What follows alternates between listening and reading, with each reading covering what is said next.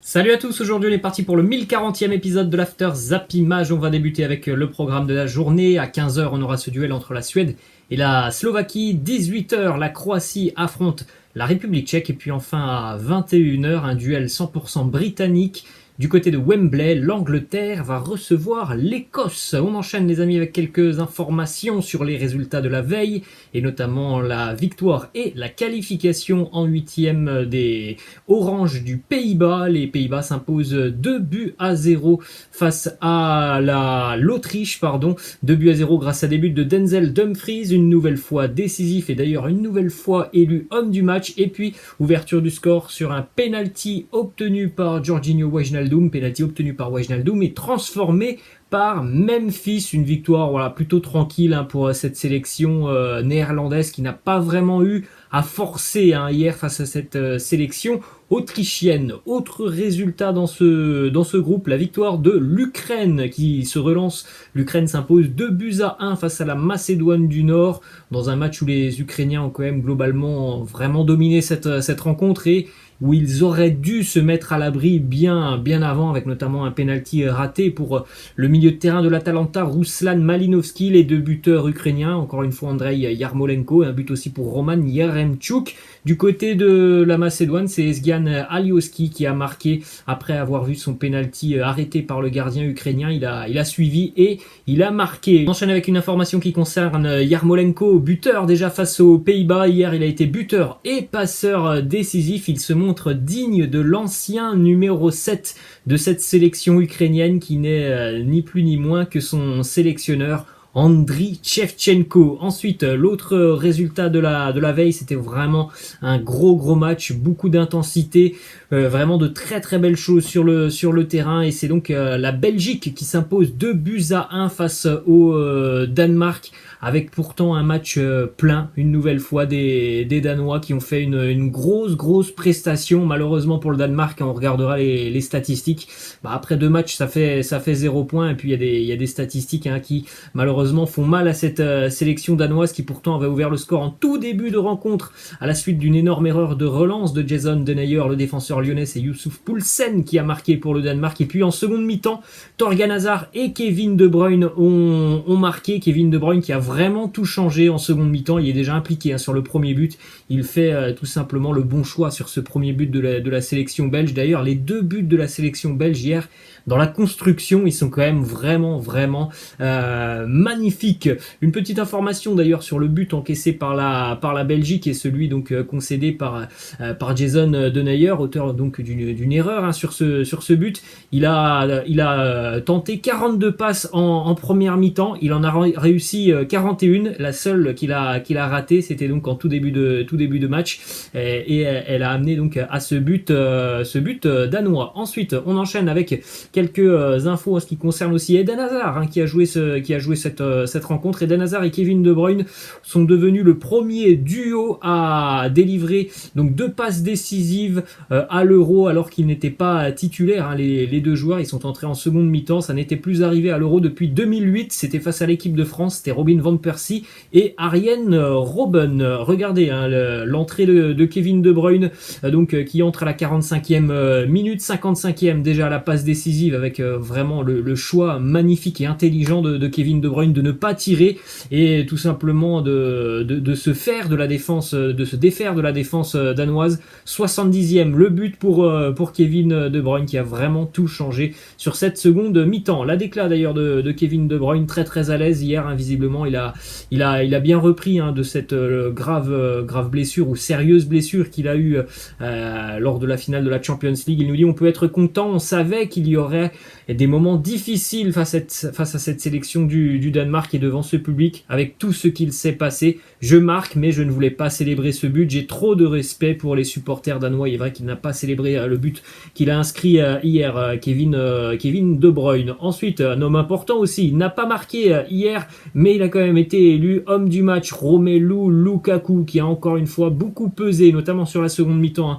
Il a beaucoup pesé sur la défense danoise. 2 matchs, 2 buts, 2 trophées d'homme du match pour Romelu Lukaku. De toute façon, les Belges en première mi-temps, ils ont été en grande difficulté face à cette sélection danoise. C'était beaucoup mieux sur la seconde mi-temps. Ensuite, Ensuite, on enchaîne avec justement quelques infos sur cette sélection danoise terriblement malheureuse parce que sur les deux matchs face à la Finlande et hier face à la Belgique, les Danois ne méritent pas de perdre les deux matchs. On peut même dire qu'ils mériteraient au moins d'avoir 4 points parce que ce match face à la Finlande c'est un hold-up et hier ils ne méritent vraiment pas cette défaite face à la Belgique. Malheureusement le constat il est là.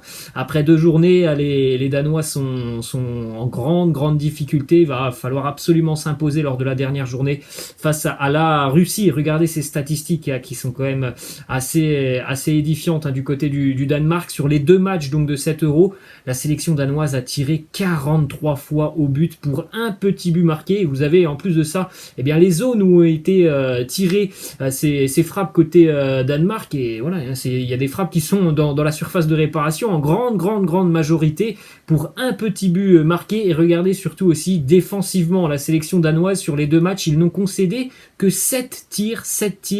Et il y en a 3 qui terminent au fond. C'est vraiment douloureux pour le Danemark, ce début de compétition où on a une équipe vraiment très joueuse, très agréable à voir et qui malheureusement n'est pas récompensée. On jette un coup d'œil donc les amis au classement de ce groupe B où la Belgique est donc qualifiée, la Russie et la Finlande ont pour le moment 3 points et donc le Danemark à 4e position avec 0 points. Voilà, ça sera compliqué pour les Danois, mais il y a toujours cette option d'aller chercher cette 3e place qualificative. Ensuite, évidemment, ce match entre le Danemark et la Belgique, c'était aussi le match d'après pour Christian Eriksen après l'épisode de samedi dernier. Donc déjà avant le match, on a eu le droit à cet immense maillot floqué de Christian Eriksen qui était sur la pelouse du stade de Copenhague. On a eu aussi des banderoles en tribune avec tout le Danemark est avec toi, Christian, le peuple danois qui a exprimé évidemment son immense soutien au numéro 10 danois. En plus de ça, à la 10e minute de ce match, le jeu s'est arrêté et tout le monde a applaudi Christian Eriksen, des tribunes aux joueurs, aux arbitres. Vraiment de très belles images hier du côté de Copenhague. Ensuite, on termine sur ce Danemark-Belgique avec quelques infos justement qui concernent Christian Eriksen et cette déclaration du médecin de la sélection danoise qui nous raconte les moments tout simplement et ce qu'il s'est passé sur le terrain lorsque Christian Eriksen a été victime de cet arrêt cardiaque. Il nous dit environ 30 secondes après avoir utilisé le défibrillateur, le joueur a ouvert les yeux et j'ai pu lui parler directement. Ça a été un moment très émouvant car dans ce genre d'urgence dans la vie quotidienne, les chances de succès sont bien moindres. Et il rajoute justement ce qu'il a pu dire à Christian Eriksen et il nous dit les premiers mots que je lui ai dit c'est vous êtes de retour parmi nous. Ce à quoi a répondu Christian Eriksen, oui je suis bien de retour parmi vous. Bon sang, je n'ai que 29 ans, comment est-ce possible? Voilà ce discours entre Christian Eriksen et le médecin de la sélection danoise, un discours assez poignant. Ensuite, direction l'Espagne avec cette information qui concerne le 2e match des Espagnols demain face à la Pologne. Sergio Busquets ne jouera pas non plus ce match face à la Pologne. On rappelle qu'il avait déjà été absent lors du premier match pour cause de Covid. Direction l'équipe de France, une déclaration de Lucas Hernandez qui nous dit « Je n'ai pas l'impression qu'on fasse peur. J'ai l'impression qu'on est une très grosse équipe et qu'on montre sur le terrain qu'on peut arriver très loin. À nous de continuer face à la Hongrie. » Mais ça ne sera pas facile. Moi, j'ai l'impression surtout vraiment que cette équipe de France, elle est hyper solide. Elle est très difficile à manœuvrer, très difficile à bouger. Et que c'est une équipe tout simplement qui est capable vraiment d'aller très loin et qui va embêter tout le monde parce que sincèrement, on a l'impression que toutes les équipes qui jouent face aux Bleus, elles se cassent les dents tout simplement. Ensuite, une petite information qui concerne Kingsley Coman après concertation avec l'UEFA, la cellule Covid et puis aussi avec Didier Deschamps et la Fédération française de football. Kingsley Coman a été autorisé à quitter le rassemblement des Bleus hier pour aller assister à la naissance de son enfant. Ensuite, on enchaîne les amis du côté de l'Amérique du Sud, quelques infos qui concernent la Copa América. On avait 2 matchs cette nuit avec déjà le match nul entre la Colombie et le Venezuela 0-0 et puis la victoire nette et sans bavure une nouvelle fois du Brésil 4-0 face au Pérou avec un but pour Alexandro, un but pour Neymar, un but pour Ribeiro et un but pour Richarlison. Direction le Real Madrid maintenant avec le départ de Sergio Ramos qui hier était en larmes quasiment lors de sa conférence de presse d'adieu. Il nous nous dit: le moment le plus difficile de ma vie est arrivé, le moment est arrivé de quitter le Real. Je suis arrivé ici comme un enfant à 19 ans. Merci au Real qui sera toujours dans mon cœur. Ensuite, on a cette déclaration de Sergio Ramos qui nous explique un petit peu plus comment s'est passé son départ du Real. Il nous dit: j'ai dit au club que j'acceptais une année de contrat et j'acceptais aussi la réduction de salaire.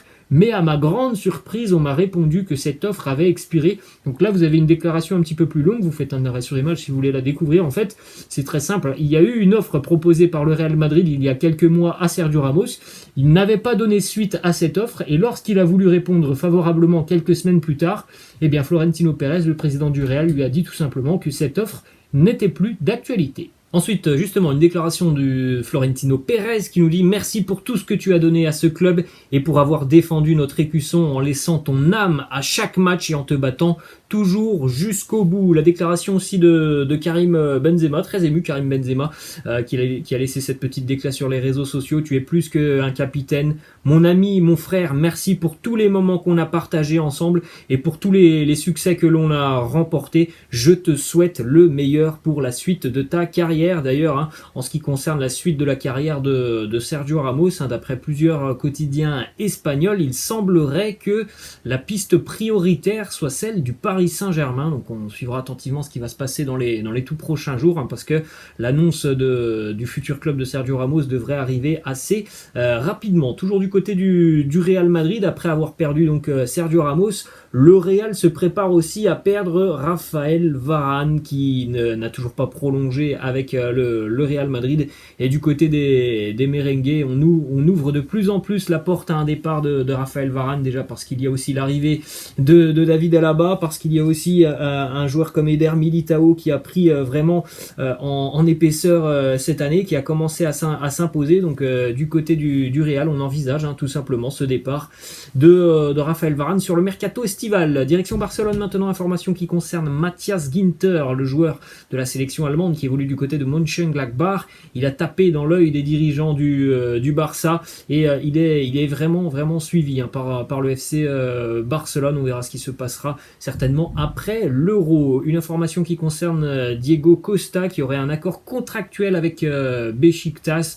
On attendra évidemment aussi d'avoir une officialisation sur ce genre de dossier. Ça, c'est une info qui nous vient de la presse espagnole. Toujours du côté de Beşiktaş, ça concerne un attaquant que l'on connaît bien en Ligue 1, Mbaye Niang, qui serait suivi notamment par Beşiktaş, mais aussi par le FC Porto du côté du Portugal. Le FC Porto qui a perdu notamment Vincent Aboubakar sur ce mercato. Donc il garde un œil attentif sur la situation de Mbaye Niang. Du côté de l'AS Monaco, les discussions progressent entre les Monégasques et Jérôme Boateng en fin de contrat avec le Bayern Munich. Toujours des discussions, déjà depuis plus de 3 semaines, 1 mois, ça discute entre les deux parties. Direction l'Italie maintenant avec donc le grand retour de Gigi Buffon à Parme. Après 19 saisons avec la Juve, 685 matchs, 322 clean sheets, 10 titres de champion d'Italie, 5 coupes d'Italie, 6 super coupes d'Italie, finaliste de la Champions League à 3 reprises sans jamais la remporter. Gigi Buffon est donc de retour à Parme, là où tout a commencé pour lui en 1995. C'est quand même assez hallucinant. 1995-2021, 26 ans plus tard, Gigi Buffon est de retour là où tout a débuté, avec la ferme ambition de revenir en Serie A l'année prochaine. Ensuite, on enchaîne avec cette information qui concerne Paulo Dybala, toujours sous contrat avec la Juve jusqu'en 2022. Il attise les convoitises de nombreux clubs européens, mais selon Sky Italia, Paulo Dybala n'a aucunement l'intention de quitter la Juve. Il souhaiterait même au plus vite continuer l'aventure avec les Turinois avec une prolongation de contrat. Du côté du Paris Saint-Germain, maintenant une information qui concerne le dossier Achraf Hakimi. Selon plusieurs sources italiennes, le PSG va revenir à la charge sur le dossier Hakimi avec une offre de 70 millions d'euros. Donc là, on se rapproche quand même de ce qui est demandé par l'Inter. De son côté, Chelsea est toujours intéressé, mais Chelsea propose aussi des joueurs en échange. d'Achraf Hakimi. Ensuite, les amis, on va terminer avec cette information qui concerne la Fiorentina. Ça n'aura pas duré bien longtemps pour Gennaro Gattuso du côté de la Viola. Seulement 2 semaines pour Gennaro Gattuso qui a déjà posé sa démission auprès des dirigeants de la Fiorentina. Voilà les amis, la fin de cet After Zap Image. J'espère que ça vous a plu. N'hésitez pas comme d'habitude à lâcher un petit pouce bleu. Je vous laisse, je vous dis à la prochaine. Ciao.